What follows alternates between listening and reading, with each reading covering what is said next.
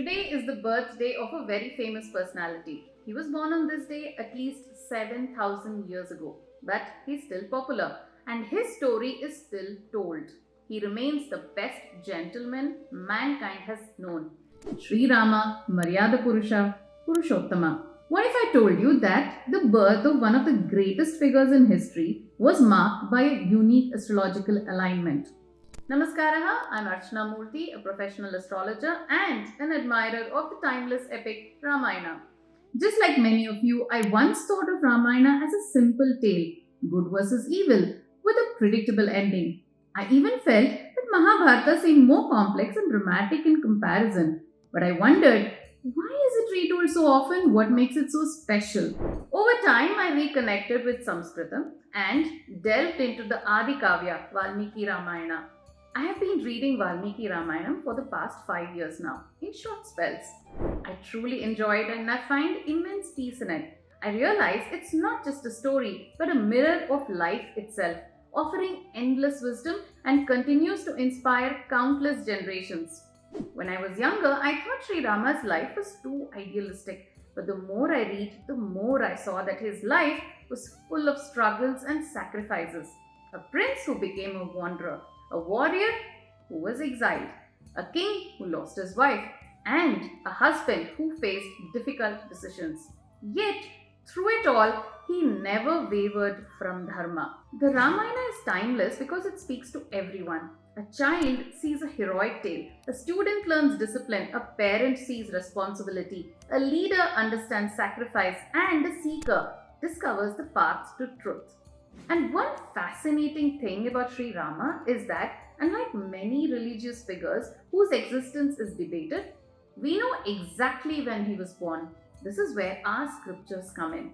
In this video, I will take you through the astrological significance of his birth and the extraordinary qualities that make him the Maryada Purushottama, the ideal man, a leader beyond time. By the end of this video, you will discover how our scriptures recorded the exact date of Sri Rama's birth, the rare and powerful planetary placements that shaped his extraordinary character, the astrological reasons behind his wisdom, leadership, and unwavering commitment to dharma, how his horoscope reflects his ability to treat everyone, be it a king or a boatman, with the same respect, making him a timeless role model.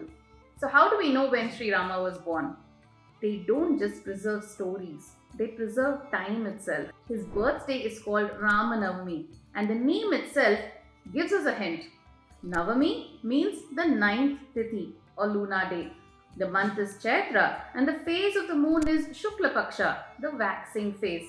This means Sri Rama was born on Chaitra Shukla Navami, and this is why we still celebrate Ramanavami on this day, thousands of years later. But our knowledge does not stop there. So, Sri Valmiki Rishi has documented his birth in such detail that our astrologers have used it to recreate his birth chart. The Rishi documented his birth details meticulously in the Balakanda of the Ramayana in this verse. He records that at the time of Rama's birth, the planets were in an exceptionally powerful position. Sun exalted in Aries, leadership, courage and dharma.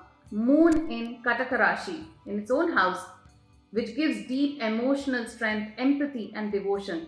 Jupiter exalted in Cancer, divine wisdom, guidance and righteousness. Saturn exalted in Libra, which stands for justice, patience and endurance. Mars exalted in Capricorn, strength, warrior spirit, ability to face challenges. And even Venus is exalted in Pisces, representing love, beauty and harmony, qualities that shine brightly in Sri Rama's life, especially in how he treats those around him with grace and compassion. What's truly special about his chart is that 5 out of 9 planets are exalted. In astrology, such a combination is extraordinarily rare. This powerful alignment signifies a mighty and a noble emperor, one who is adored by his people and leads by example. 5 exalted planets show a person with exceptional spiritual strength, wisdom, and the ability to make the toughest decisions, always guided by dharma. Now let's explore how these planetary positions shaped Rama's life.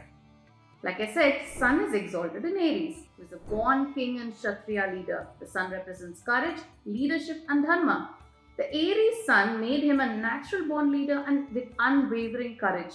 He always upheld dharma and was never afraid to make tough decisions, whether it was facing Ravana or leaving Ayodhya for exile. Moon in Kataka makes the emotionally strong king.